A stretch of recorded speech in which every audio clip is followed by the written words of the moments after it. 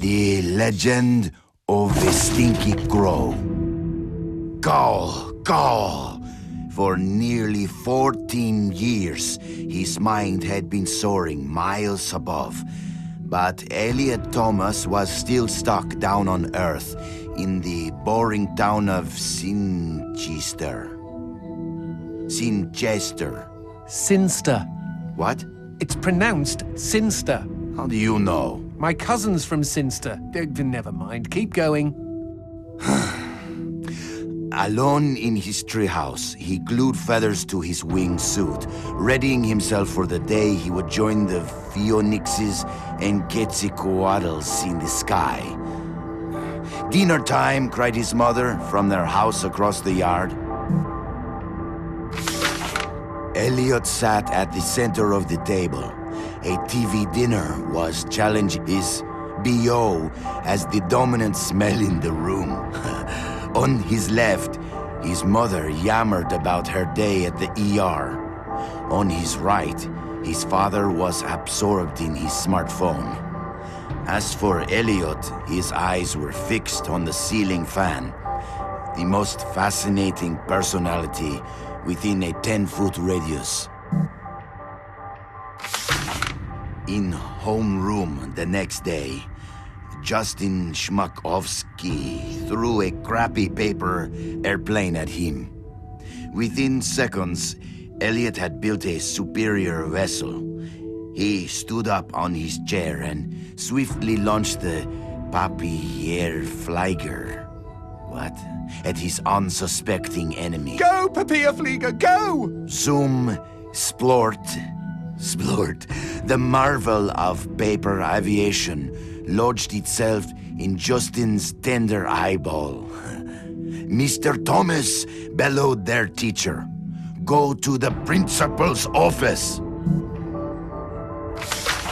Later that day, Elliot was cooing quietly to himself as he bought a candy bar in the lobby.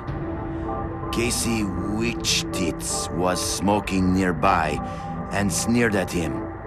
"You'll never fly, Stinky Crow," she laughed. "Why don't you go jack off to some bird porn?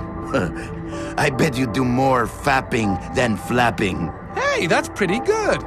"Fuck you!" screeched Elliot as he ran for the door.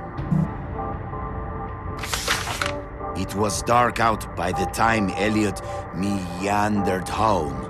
On the sidewalk, he passed a gaunt man who stared at him intently, desperately even. Uh-oh, stranger danger. The man opened his mouth and said, "Uviwa, uviza." What the fuck? Elliot had planned to eat his candy bar tonight while he finished his masterpiece, but he instead held it out to the man. "I know what you mean," he replied. The schoolyard was packed the next morning as Elliot's classmates waited for first bell. "Go, go!" As one, the students turned toward the gate and saw Elliot dressed head to toe in his wingsuit. After a moment of shock, they burst into laughter.